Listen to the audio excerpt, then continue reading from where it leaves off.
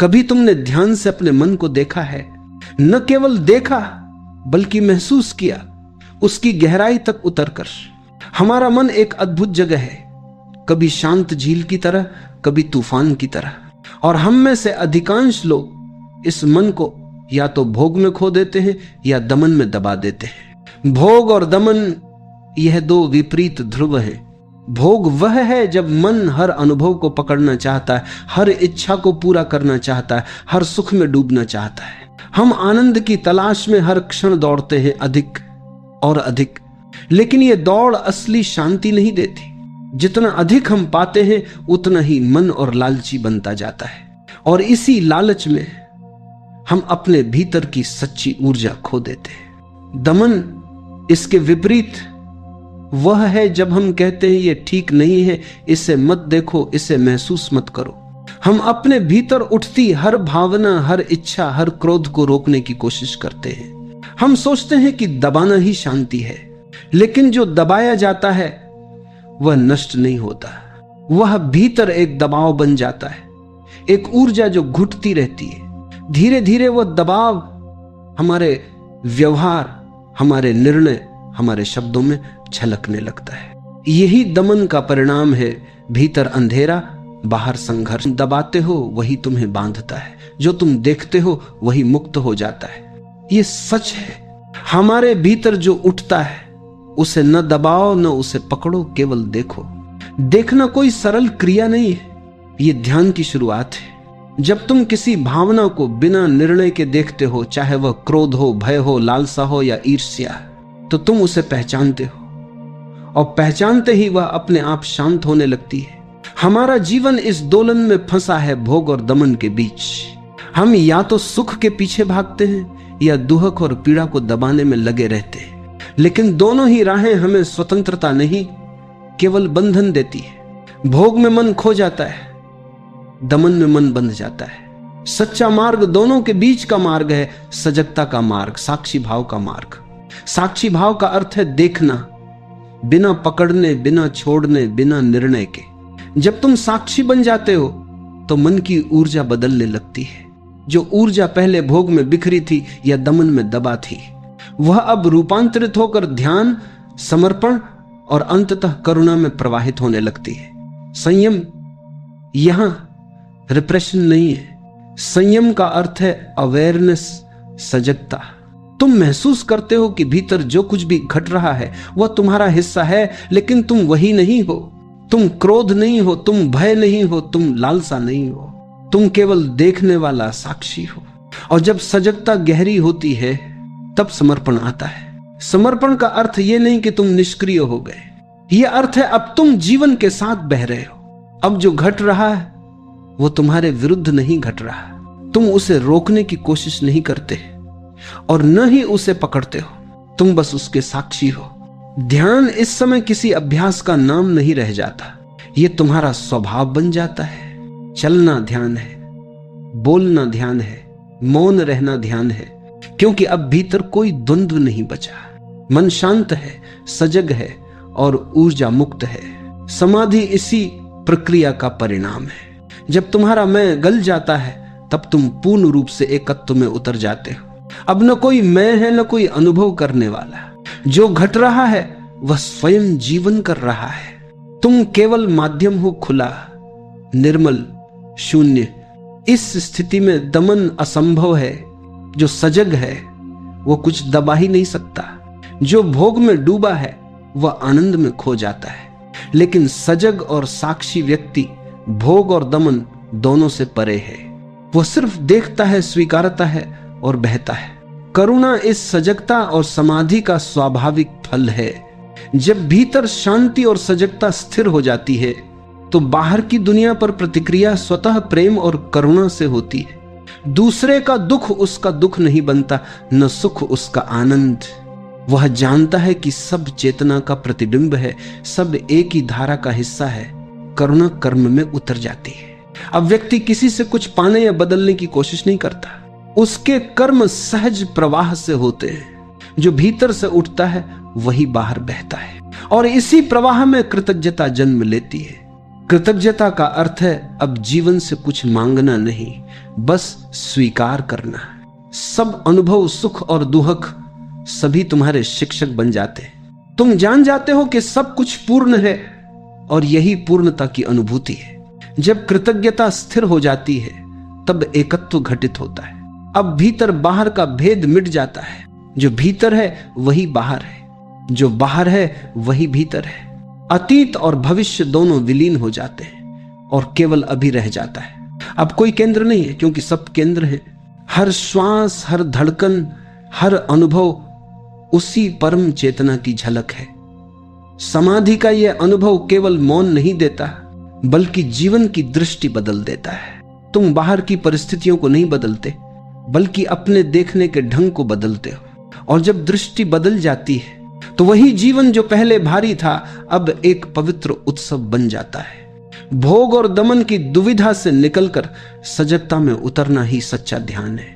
दमन हमें बंधन देता है, भोग हमें भ्रम देता है, लेकिन देखना, समझना और बहना यही असली स्वतंत्रता है। ये वही राह है जिस पर चलते हुए व्यक्ति मनुष्य से साधक बन जाता है। और जैसे जैसे यात्रा गहरी होती है तुम महसूस करते हो कि सारा ब्रह्मांड तुम्हारे भीतर है। तुम केवल मनुष्य नहीं हो, तुम चेतना हो। तुम केवल श्वास नहीं ले रहे, श्वास तुम्हारे माध्यम से बह रही है। तुम केवल जीवन नहीं जी रहे, जीवन तुम्हारे माध्यम से स्वयं घट रहा है। अब कोई भय नहीं बचता, कोई लालसा नहीं बचती, मनुष्य हमेशा दो दिशाओं में खींचा रहता है। एक दिशा है जो उसे बाहर की ओर ले जाती है, जहां इच्छाएं हैं, आकर्षण है, सुख और उपलब्धि की लालसाएं हैं। दूसरी दिशा है भीतर की ओर, जहां शांति है, मौन है और एक अदृश्य उपस्थिति जो हमेशा प्रतीक्षा में है। जब मन इन दोनों दिशाओं के बीच उलझ जाता है तो वह कुछ भावनाओं को स्वीकार कर लेता है और कुछ को अस्वीकार कर देता है। यहीं से दमन की शुरुआत होती है। हम अपने भीतर जो कुछ स्वीकार नहीं कर पाते वही दब जाता है, पर मिटता नहीं। वह भीतर की गहराई में जाकर धीरे धीरे हमारी चेतना को बोझिल करने लगता है। दमन हमेशा भीतर अंधेरा बढ़ाता है और जो भीतर दबा है वही बाहर हमारे व्यवहार, शब्द और निर्णयों में झलकने लगता है। तंत्र कहता है जिसे तुम दबाते हो वही तुम्हें बांधता है और जिसे तुम देख लेते हो वह स्वतः मुक्त हो जाता है। इसलिए पहला कदम है देखना, ना तो उसे स्वीकार करना ना अस्वीकार करना। बस साक्षी बनकर देखना कि भीतर क्या हो रहा है। जब तुम किसी भावना को बिना निर्णय के देखते हो तो उसमें छिपी ऊर्जा धीरे धीरे रूपांतरित होने लगती है। मन की प्रत्येक परत को समझने की जरूरत है। क्रोध हो, ईर्ष्या हो, भय या लालच, इन्हें रोकने की कोशिश मत करो, बस उनकी जड़ को पहचानो। हर भावना एक संदेश लेकर आती है। वो कहती है मुझे समझो, मुझे बदलो नहीं। जैसे ही तुम उसे समझ लेते हो वह अपने आप शांत हो जाती है। यही संयम का अर्थ है। संयम का अर्थ रिप्रेशन नहीं है, संयम का अर्थ है अवेयरनेस, जागरूकता। जब तुम सजग हो जाते हो तो भीतर की शक्ति जो पहले संघर्ष कर रही थी अब ध्यान में परिवर्तित हो जाती है। दमन एक दीवार खड़ी करता है, संयम एक खिड़की खोलता है। दमन कहता है ये गलत है, इसे मत देखो। संयम कहता है इसे देखो, समझो, पर इसके गुलाम मत बनो। जब कोई व्यक्ति दमन छोड़ देता है और हर अनुभव को ध्यान से देखना सीख लेता है तो उसका मन धीरे धीरे स्वच्छ होने लगता है। वह जो पहले दबा था अब प्रकाश में आ जाता है और प्रकाश में कुछ भी टिकता नहीं, न भय, न क्रोध, न भ्रम, सब पिघल जाता है जैसे सूरज की गर्मी में बर्फ। याद रखो, समझना और दबाना दो विपरीत दिशाएं हैं। दबाना मन को और उलझाता है, समझना मन को मुक्त करता है। हर बार जब तुम भीतर कुछ उठते हुए देखो, कोई विचार, कोई लालसा, कोई पुरानी चोट, तो बस रुक जाओ और गहरी सांस लेकर उसे देखो। न भागो न पकड़ो, बस देखो। ये देखना ही ध्यान का प्रारंभ है।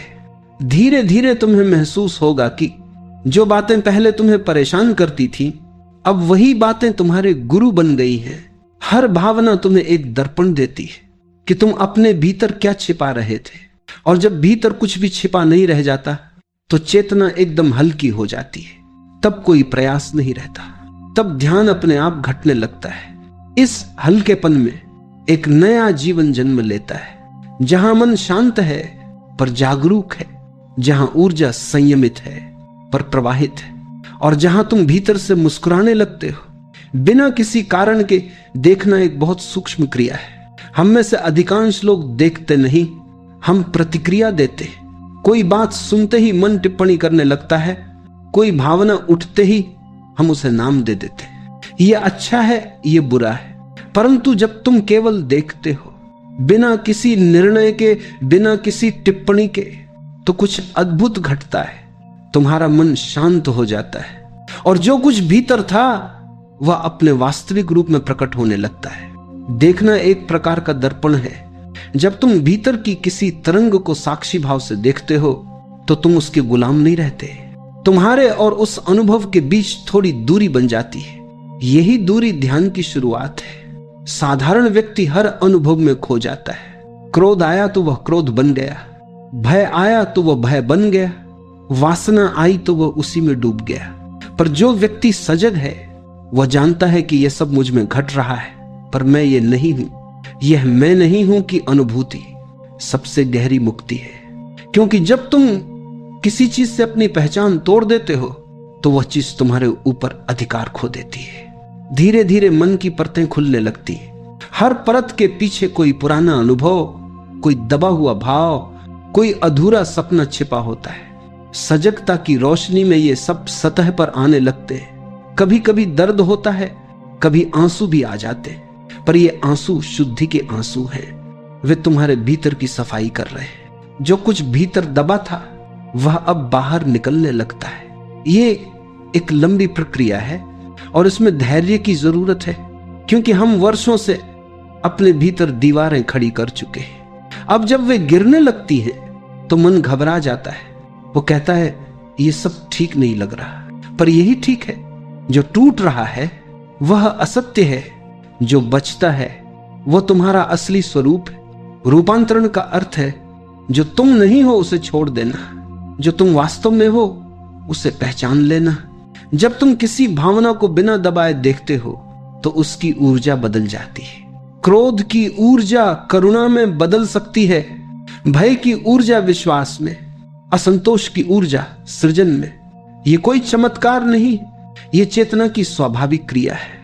ऊर्जा अपने उच्चतम रूप को खोजती ही रहती है। अगर तुम सजग हो तो वही ऊर्जा जो पहले बिखरी थी अब एक नए आयाम में प्रवाहित हो जाती है। यही कारण है कि संतों का चेहरा शांत होता है, क्योंकि उन्होंने अपनी ऊर्जा से युद्ध करना छोड़ दिया है। उन्होंने उसे स्वीकार किया है, समझा है और रूपांतरित किया है। जब भीतर शांति होती है तो बाहर भी सब संतुलित लगने लगता है। लोग वही रहते हैं, परिस्थितियां वही रहती हैं, पर तुम्हारी दृष्टि बदल जाती है। पहले जहां अंधकार दिखता था अब वहीं करुणा और समझ की किरणें चमकती हैं। तुम्हारे भीतर जो परिवर्तन आता है वही दुनिया में फैलता है, क्योंकि दुनिया तुम्हारे अनुभव का प्रतिबिंब है। तुम्हारा मन शांत है तो दुनिया सुंदर लगती है, तुम्हारा मन अशांत है तो दुनिया कठिन लगती है। इसलिए तंत्र कहता है दुनिया को मत बदलो, अपने देखने के ढंग को बदलो। वह दृष्टि ही तुम्हारा ब्रह्मांड है, और जब दृष्टि बदलती है तो जीवन साधना बन जाता है। हर अनुभव एक ध्यान बन जाता है, हर क्षण एक अवसर। जब भीतर की ऊर्जा रूपांतरित होने लगती है तो एक नया अनुभव जन्म लेता है, मौन का, शांति का और संतुलन का। यह वह क्षण होता है जब तुम देखते हो कि अब संघर्ष नहीं रहा। जो कुछ पहले तुम्हें बांधता था अब वही तुम्हें मुक्त कर रहा है। मन अब विरोध में नहीं है, वह समझ गया है कि विरोध ही दुहक का मूल कारण था। जब तुम विरोध करना छोड़ देते हो तो जीवन का प्रवाह सहज हो जाता है। तुम्हें अब कुछ जीतना नहीं है, क्योंकि अब तुम किसी से अलग नहीं हो। यह है समर्पण का आरंभ। समर्पण का अर्थ यह नहीं कि तुम निष्क्रिय हो गए, इसका अर्थ है अब तुम अस्तित्व के साथ एक हो गए। अब जो घटता है वह तुम्हारे विरुद्ध नहीं घटता। तुम जीवन को उसी रूप में स्वीकार करते हो जैसा वह आता है। तुम्हारा स्वीकार ही तुम्हारा ध्यान बन जाता है। अब ध्यान किसी क्रिया का नाम नहीं है, यह तुम्हारे अस्तित्व की सहज अवस्था बन जाती है। चलना ध्यान है बोलना ध्यान है, मौन रहना भी ध्यान है, क्योंकि अब तुम्हारे भीतर कोई द्वंद्व नहीं बचा। समर्पण की स्थिति में मन बिल्कुल पारदर्शी हो जाता है। तुम्हारे भीतर जो भी आता है, भावना, विचार, स्मृति, वह आता है और चला जाता है। तुम उसे रोकते नहीं, तुम बस उसके साक्षी हो। यह साक्षी भाव ही मुक्ति का द्वार है। धीरे धीरे यह अनुभव गहराता जाता है। तुम महसूस करते हो कि तुम्हारा कोई केंद्र नहीं है, क्योंकि अब सब कुछ केंद्र है। हर चीज में वही चेतना, वही उपस्थिति दिखाई देने लगती है। अब कोई अलग मैं नहीं बचा, तुम हो। पर जैसे हवा है, बिना आकार, बिना सीमा, तुम बह रहे हो अस्तित्व के साथ, एक ऐसी लय में जो अनंत है। समर्पण का अर्थ मिट जाना नहीं है, बल्कि विस्तार पा लेना है। जैसे नदी सागर में गिरकर नष्ट नहीं होती, बल्कि महासागर बन जाती है, वैसे ही जब तुम स्वयं को छोड़ देते हो तो तुम सब में फैल जाते हो। यही सच्चा आत्म संयम है, जहां तुम कुछ दबाते नहीं, कुछ पकड़ते नहीं, सिर्फ देखते हो और बहते हो। इस अवस्था में दमन असंभव है, क्योंकि जो सजग है वह कुछ दबा ही नहीं सकता। वह जानता है कि हर चीज अपने समय पर आती है और चली जाती है, इसलिए वह केवल साक्षी रहता है। जैसे आकाश बादलों को गुजरते हुए देखता है। याद रखो, समर्पण कोई कर्म नहीं है, यह तो परिणाम है। लंबे जागरण, समझ और रूपांतरण की यात्रा का परिणाम। जब तुम पूरी तरह देखना सीख लेते हो तो जीवन अपने आप झुकने लगता है। तुम्हारा मैं धीरे धीरे गल जाता है और वहीं प्रेम का, करुणा का और असीम शांति का जन्म होता है। तुम अब किसी मार्ग पर नहीं चल रहे, तुम स्वयं मार्ग बन गए हो। तुम अब किसी खोज में नहीं हो, क्योंकि जो खोजता था वह अब मिलन में विलीन हो गया है। यह समर्पण केवल एक भाव नहीं, यह अस्तित्व की अनुभूति है। अब तुम और अस्तित्व दो नहीं रहे। जो कुछ भी घट रहा है वो तुम्हारे भीतर घट रहा है, और इस अनुभव में कोई भय नहीं, कोई आकांक्षा नहीं, सिर्फ एक गहरी संतुष्टि, एक अनंत मौन। जब समर्पण पूर्ण होता है तो साधक के भीतर एक असीम मौन उतर आता है। अब कोई प्रश्न नहीं बचता, कोई उत्तर की खोज नहीं रहती। जीवन अब किसी लक्ष्य की ओर नहीं जा रहा, क्योंकि उसने लक्ष्य और मार्ग दोनों को पार कर लिया है। जो कुछ था वह सब घट चुका है। अब केवल एक स्थिरता है। जैसे गंगा समुद्र में मिलकर ठहर जाती है, वैसे ही चेतना अपने स्रोत में विलीन हो जाती है। समर्पण के बाद जो घटता है वही समाधि है। समाधि का अर्थ है पूर्ण संतुलन, पूर्ण शांति, पूर्ण एकत्व। यह वह अवस्था है जहां मैं का अस्तित्व समाप्त हो जाता है। अब न कोई करता है, न कोई अनुभव करने वाला। जो कुछ भी हो रहा है वह स्वयं जीवन कर रहा है। तुम केवल माध्यम रह जाते हो, खुले, निर्मल, शून्य। इस शून्यता में अस्तित्व की संपूर्ण धारा प्रवाहित होती है। यहीं से जीवन का असली अर्थ जन्म लेता है, क्योंकि जब मैं नहीं होता तभी प्रेम संभव होता है। जब नियंत्रण नहीं होता तभी समरसता घटती है। समाधि कोई चमत्कार नहीं, कोई परलोक का अनुभव नहीं। ये यही इसी क्षण में संभव है। जब मन रुक जाता है, जब समय रुक जाता है, तो जो बचता है वही समाधि है। तुम अब बाहर से नहीं जी रहे, तुम भीतर से प्रवाहित हो रहे हो। हर सांस ध्यान बन जाती है, हर क्षण पूजा बन जाता है। इस अवस्था में कोई डर नहीं बचता, क्योंकि भय हमेशा अलगाव से पैदा होता है। जहां मैं और दूसरा दो है, पर समाधि में दूसरा कोई नहीं बचता। जो दिख रहा है वही तुम हो, जो सुनाई दे रहा है वही तुम्हारी ही प्रतिध्वनि है। जो घट रहा है वह तुम में ही घट रहा है। यही पूर्णता है। यही वह क्षण है जहां यात्रा समाप्त होती है और फिर से शुरू होती है, क्योंकि जीवन का चक्र कभी रुकता नहीं। बस अब तुम जानते हो कि तुम चक्र के केंद्र में हो, उसके घूमने में नहीं। अब जो कुछ भी घटेगा वो तुम्हें डगमगाएगा नहीं। प्रशंसा हो या अपमान, सफलता हो या असफलता, सब एक ही आकाश में बादलों की तरह गुजर जाते। आकाश को क्या फर्क पड़ता है, वह सदा वैसा ही रहता है, स्वच्छ, शांत, असीम। ये जानना कि मैं वही आकाश हूं, यही समाधि है। समाधि कोई स्थिति नहीं, ये तो तुम्हारे स्वभाव का स्मरण है। ये याद करना कि तुम वही चेतना हो जो सब में व्याप्त है। ये महसूस करना कि जीवन और मृत्यु के बीच कोई सीमा नहीं है, बस एक निरंतर प्रवाह है। अब तुम किसी दिशा में नहीं बढ़ रहे, अब तुम स्वयं दिशा बन गए हो। अब कोई गुरु, कोई शास्त्र, कोई साधना नहीं चाहिए, क्योंकि तुम स्वयं अनुभव हो। जो खोज रहा था वही अब पाया गया है। इस स्थिति में शब्द छोटे पड़ जाते हैं, क्योंकि यह अनुभव किसी भाषा में नहीं समा सकता। यह मौन की भाषा है, और मौन वह भाषा है जिससे केवल हृदय सुन सकता है। इसलिए जब तुम समाधि के निकट आते हो तो बोलना कम हो जाता है, सुनना बढ़ जाता है, क्योंकि अब तुम सुनते हो।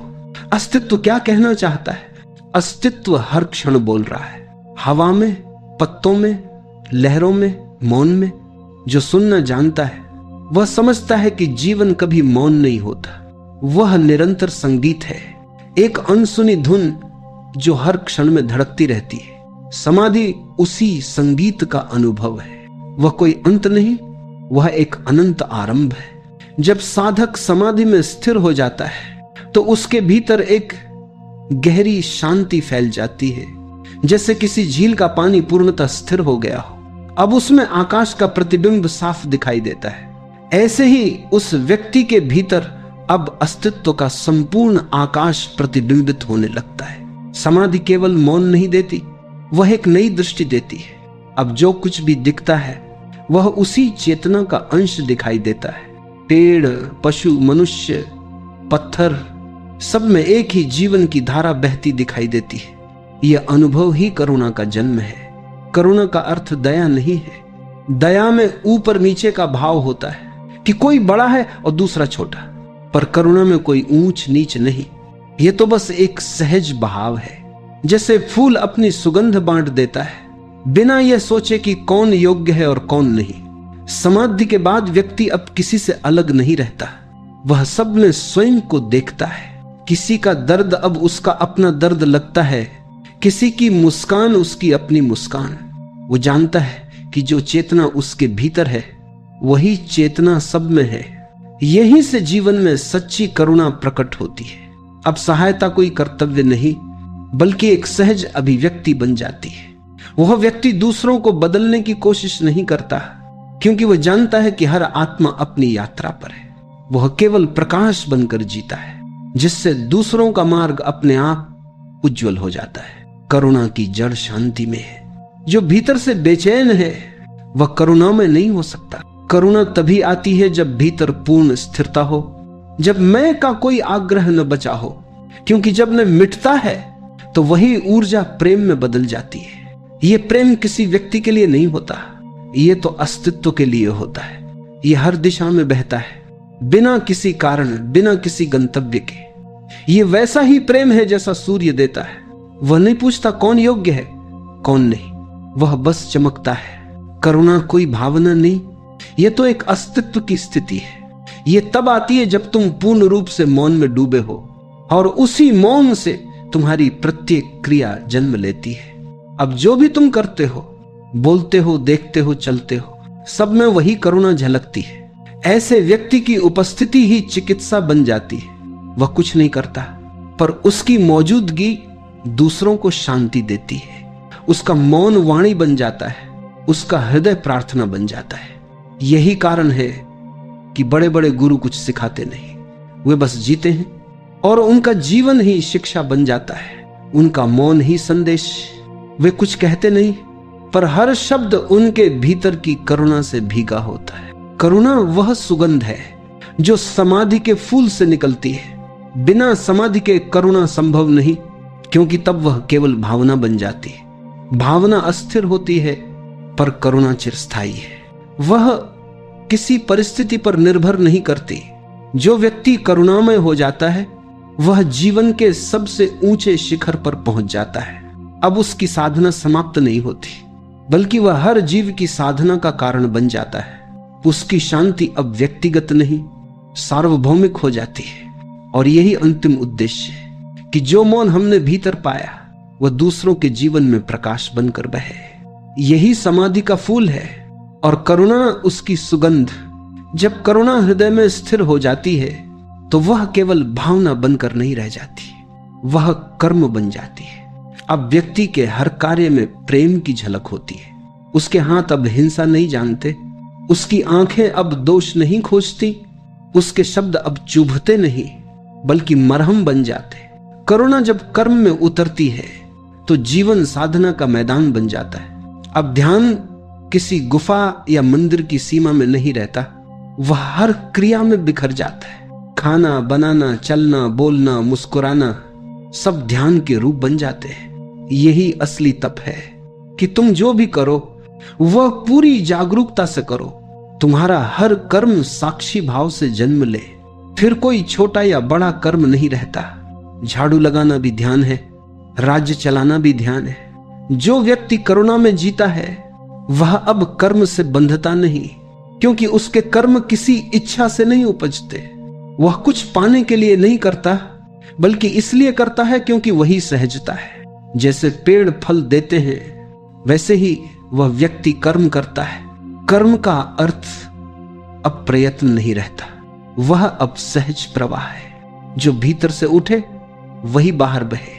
उसके लिए जीवन कोई संघर्ष नहीं बल्कि एक नृत्य है। हर क्षण में एक लय है, एक ताल है और वह उसी में थिरकता है।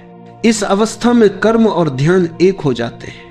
अब काम करते हुए भी भीतर शांति रहती है, बोलते हुए भी मौन बना रहता है, चलते हुए भी साक्षी बना रहता है।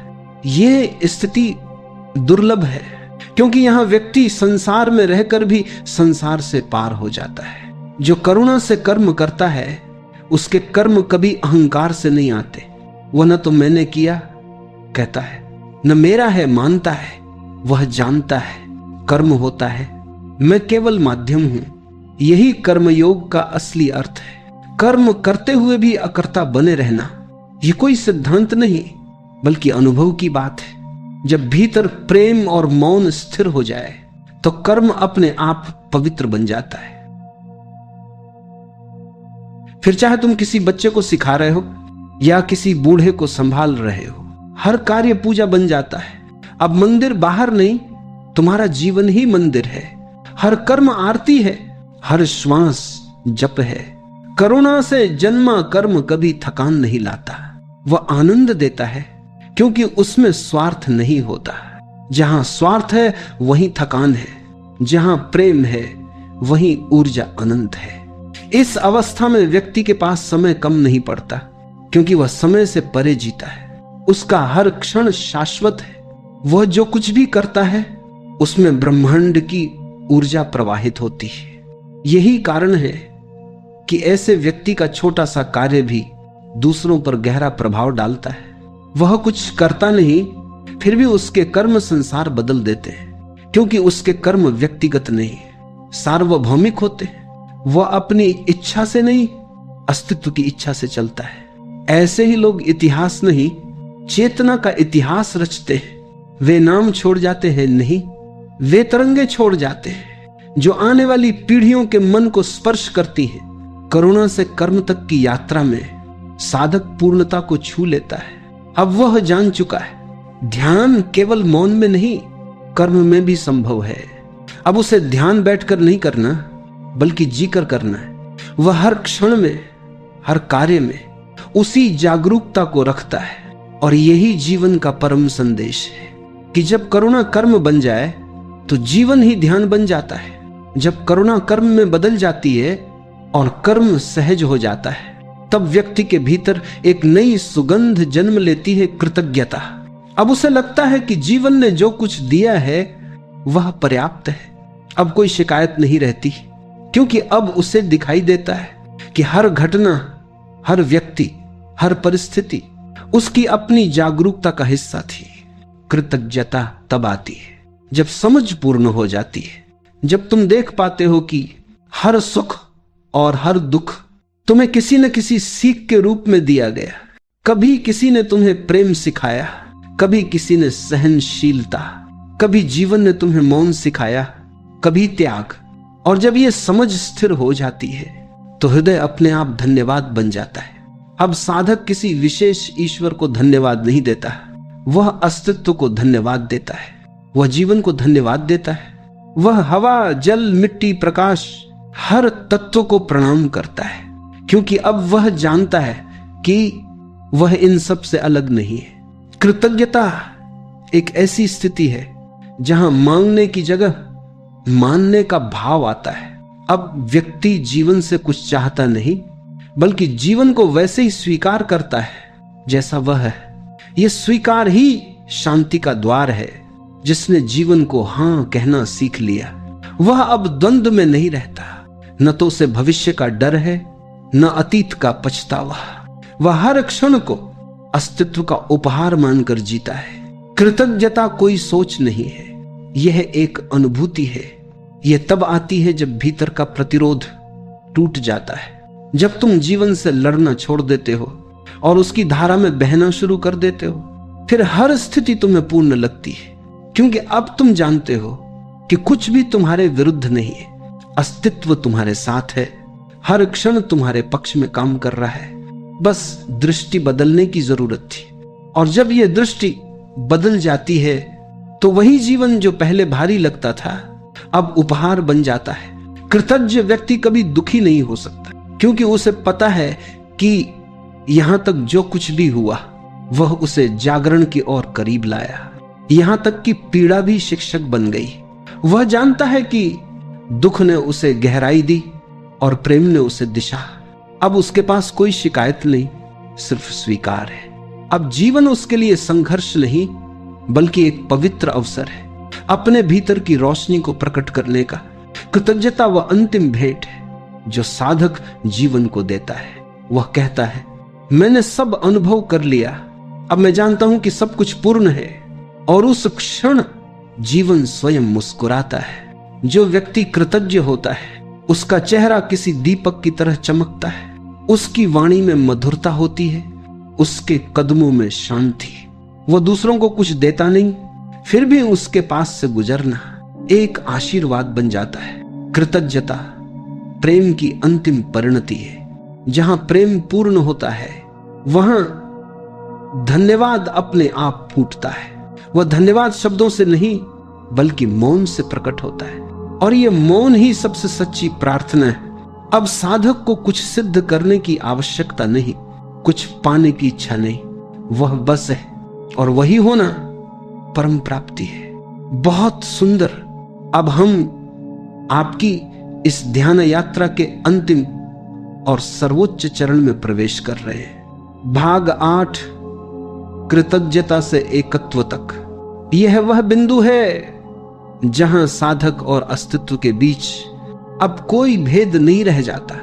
यह वह क्षण है जब खोज समाप्त हो जाती है और केवल होना शेष रह जाता है। भाग 8, कृतज्ञता से एकत्व तक। जब कृतज्ञता पूर्ण हो जाती है तो साधक के भीतर एक अद्भुत मौन उतर आता है। वह अब जान चुका होता है कि जिसने खोजा वही पाया गया। जो राह पर चला वह स्वयं ही मंजिल निकला। अब कोई मैं नहीं बचता, कोई तू नहीं बचता, बल्कि जीवन स्वयं को उसी के रूप में जी रहा है। यही एकत्व है। यह कोई उपलब्धि नहीं बल्कि स्वभाव की स्मृति है। यह वह पहचान है जो हर जन्म में साथ रहती है। अब शरीर पूरी तरह शांत है, सांसें सहज चल रही हैं, मन थोहा ठहरा हुआ है जैसे किसी शांत झील पर अब हल्की हल्की लहरें रह गई हों। अब देखना और गहरा होने वाला है। अब हम भीतर उतरेंगे जहां विचार जन्म लेते हैं, जहां भावनाएं उठती हैं, जहां तुम्हारा मन लगातार चलता रहता है। शरीर को वैसे ही स्थिर रहने दो, सांस को मत छेओ, बस भीतर देखना शुरू करो। कभी तुमने गौर किया है कि मन कभी रुकता नहीं? एक के बाद एक विचार, जैसे भीम का अंत नहीं। कभी अतीत की बातें, कभी भविष्य की चिंता, कभी कल्पनाएं, कभी डर। यह सब मन का खेल है। अब तुम बस देखना सीखो कि मन क्या कर रहा है। कोई विचार उठे तो बस देखो। जैसे आकाश में एक बादल उठता है, बादल आता है फिर धीरे धीरे चला जाता है, वैसे ही विचार भी आते हैं, ठहरते हैं और मिट जाते हैं। तुम बादल नहीं हो, तुम आकाश हो। आकाश सिर्फ देखता है, उसे कोई बादल बांध नहीं सकता। कभी कोई विचार मीठा होगा, कोई याद, कोई सुखद स्मृति, उसे भी देखो। कभी कोई कौवा विचार आएगा, कोई दुख, कोई पछतावा, उसे भी देखो। मत कहो कि यह अच्छा है या बुरा, बस देखो। देखना मतलब न स्वीकार करना, न अस्वीकार करना। देखना मतलब गवाह बने रहना। कभी कभी मन बहुत तेज भागेगा, तुम्हें लगेगा कि विचार बहुत शोर मचा रहे हैं, लेकिन याद रखो तुम्हारा काम उन्हें रोकना नहीं है। जो भी चल रहा है उसे बस देखने दो। जैसे नदी बह रही हो, तुम किनारे पर बैठे हो और उसकी धारा को देख रहे हो। नदी को बहने दो, तुम किनारे पर ही रहो